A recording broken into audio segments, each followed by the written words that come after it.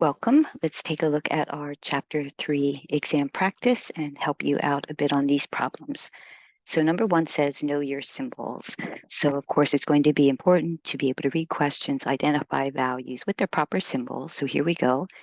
A random sample of 20 tires of a certain brand are selected and tested for tire lifetime. I'm just going to highlight there. That's a sample of tires.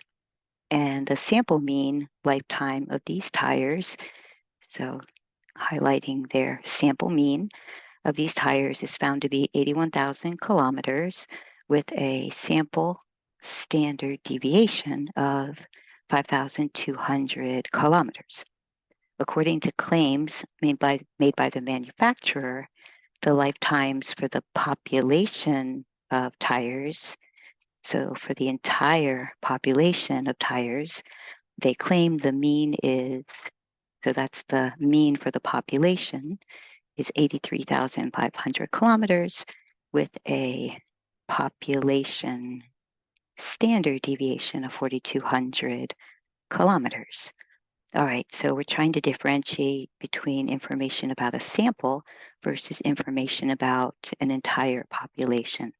So let's start with our sample information, 20 tires. So the symbol for sample size is lowercase n, and that will be 20. And then the symbol for the sample mean is x bar, and that is 81,000 kilometers. We won't write the units here. If you are required to write units, it will be when we're writing sentences or completing sentences. And then the sample standard deviation. So remember, SD is not a symbol, it's just shorthand for the words standard deviation. Sample standard deviation, so that symbol is S, and that is 5,200 kilometers. All right, so the manufacturer gives us information about the entire population of tires, not just the sample. And population mean, that's lowercase Greek mu. So that's mu. And they tell us, they claim that that is 83,500 kilometers. I'm not writing the parenthesis there. I'm sorry, the comma there, which is fine. We'll just write it that way, 83,500. Population standard deviation, so that's our lowercase Greek sigma. So there's our sigma. Population standard deviation, they claim, was 4,200 kilometers. All right, so let's see how that comes into play when we have one of our stats in our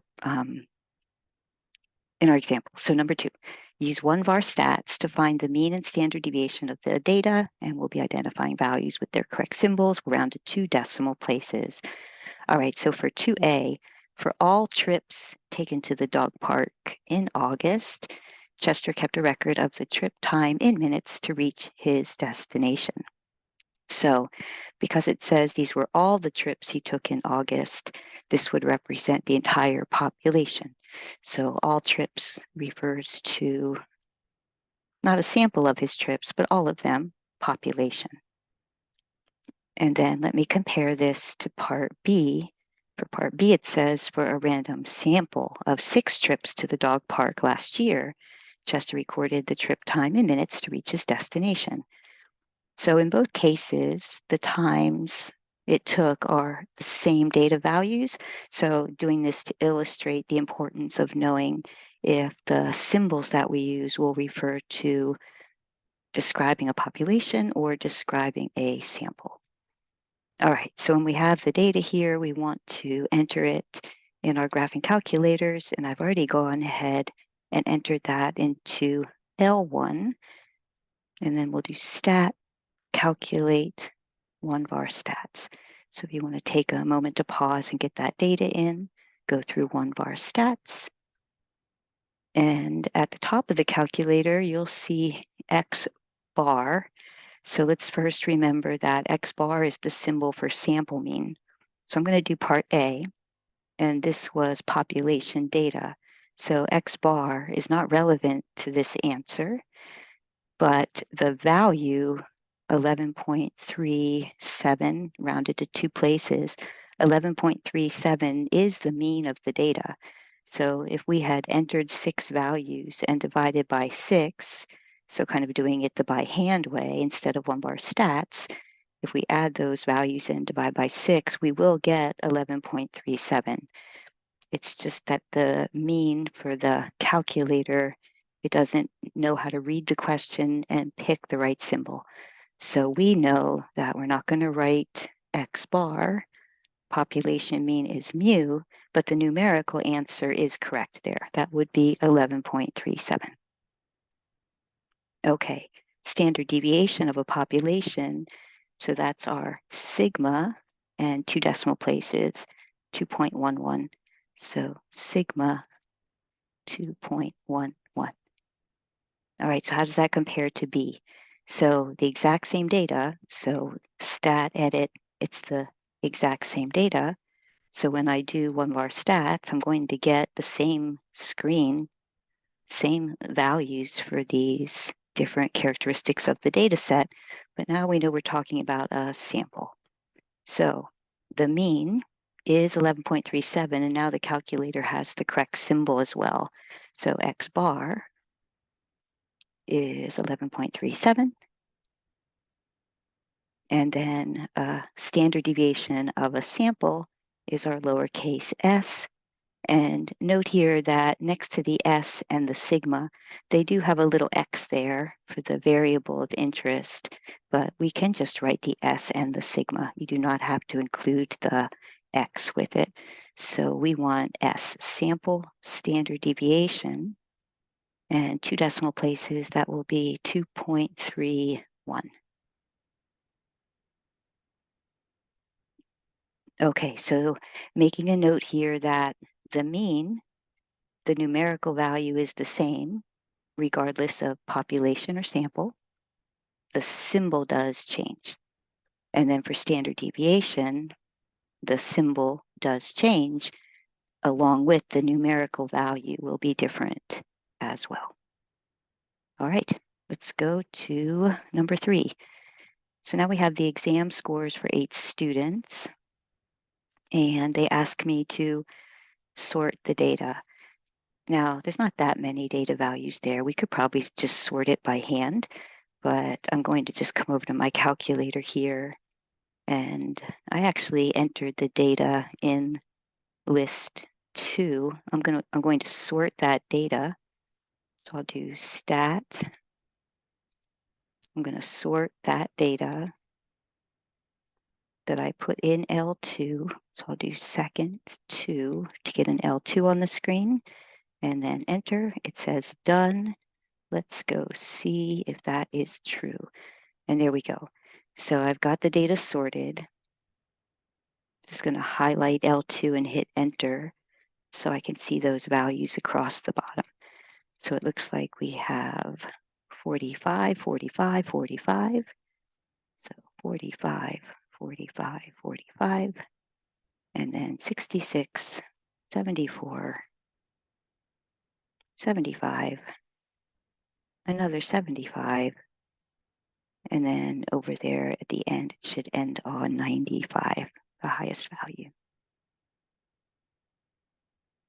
Okay, again, we could have gone through probably and figured that out without the calculator, but now that's done. So we have our 8 values, and having them in order makes it easier to find things like the range. So the range of a data set is the highest value minus the lowest value. And now we know the high exam score 95, lowest exam score was 45. That is a difference. We can do it on the calculator. Whoops, back to the home screen there. So if your brain is tired, use your calculator so you don't make a mistake. 50. So that's the spread from the highest to the lowest score. And then let's do mode over here next. So mode is the data value that occurs with the highest frequency.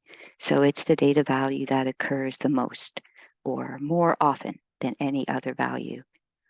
So I see here that 45 has a frequency of three of those. 75 is over here twice, but mode is the value that occurs with the highest frequency. So our 45. And we don't have a symbol for it, we just write mode. So mode is 45, most frequently occurring score. And then the median of a data set is the value in the middle position when the data has been sorted. So if you want to find the middle of a list, you can always use this trick of crossing out from the outside, working in, and you'll get to the two numbers there in the middle, a 66 and a 74. So because we had an even number of values, the median is between two numbers. So in that case, we average those two numbers together, and that's our median. So we'll just abbreviate median MED. So I'm going to take the 66 plus the 74, the two numbers in the middle, and average them. So we add and divide by 2. And be careful with your order of operations. First add them. That's 140, and then divide by 2. So that gives me a median of 70. Okay, number 4. Marley took 4 exams this semester, and she scored an 82 on each one. So she was really consistent. So every single exam an 82. So we don't really need to write out the scores, which I'll explain in a moment, but I'm going to write them here anyway. So her first exam there, 82, and then another 82, another 82, and then another 82. So all 4 exams were the same. So in chapter 3, we learned measures of center and measures of variation in a data set. So measures of center, we're going to focus here on the mean and the median. So I'll start with the mean. And this question really wasn't, the purpose of this wasn't to emphasize the symbols necessarily, but I will go ahead and do that anyway. So it just says she took 4 exams. It didn't say it was a sample.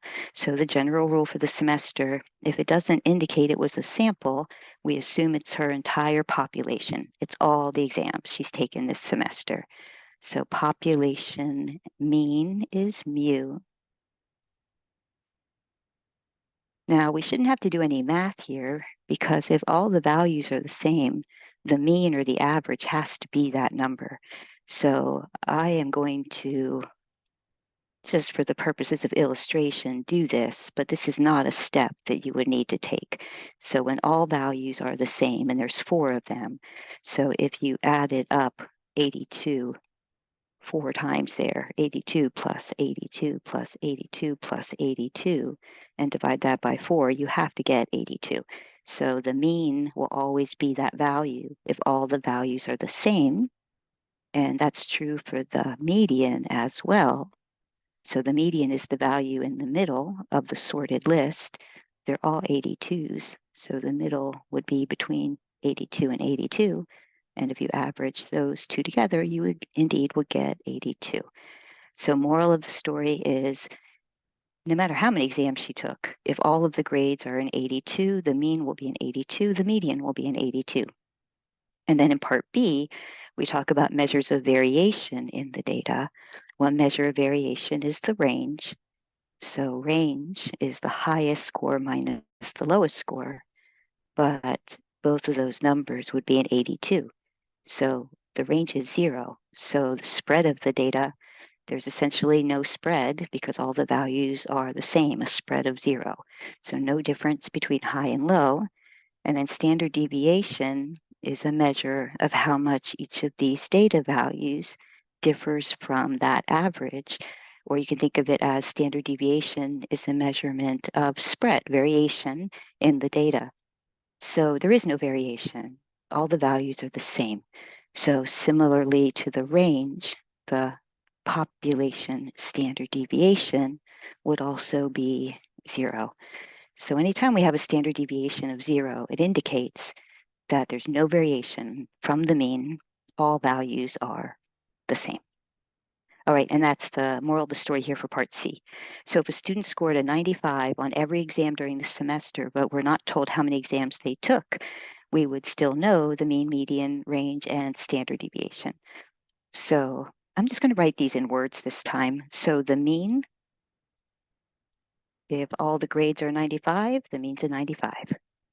The median, if all the grades are 95, the median is 95. So those are measures of center. And then range, 95 minus 95 would be 0. And standard, I just said I would write the word, but I'll just leave R there, range. And then standard deviation, if all the values are the same, there is no deviation from the mean, so that would also be 0.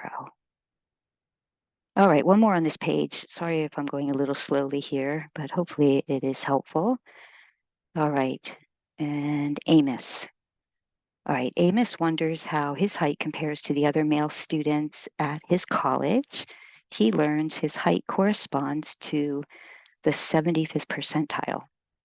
All right, so percentiles are a measure of positioning in a sorted list.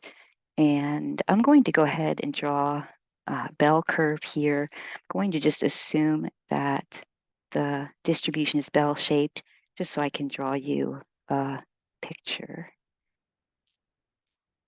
Sorry, my screen is glitchy there. Okay, so over on the side here, let's assume that male heights at this college are normally distributed. I will not get a ruler out. I'm trying to draw a straight line there. So if we had a bell-shaped distribution, it would have a center line, and then we would have data to the left and right of it in equal proportions. So I'll just label this X here. So this is height of male students at Amos's college.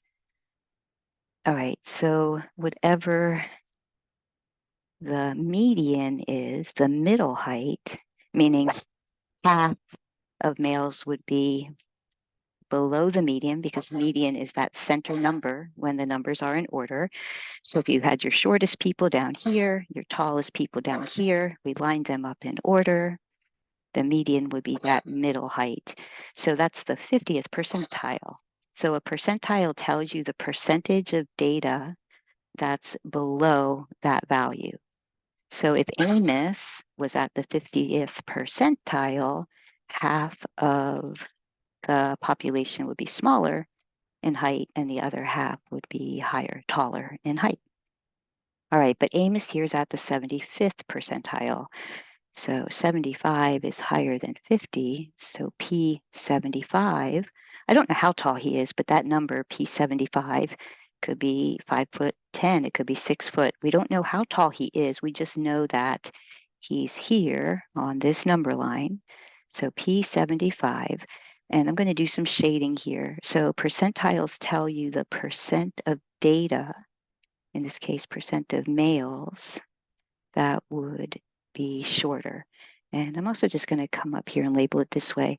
So those would be 75% of the population.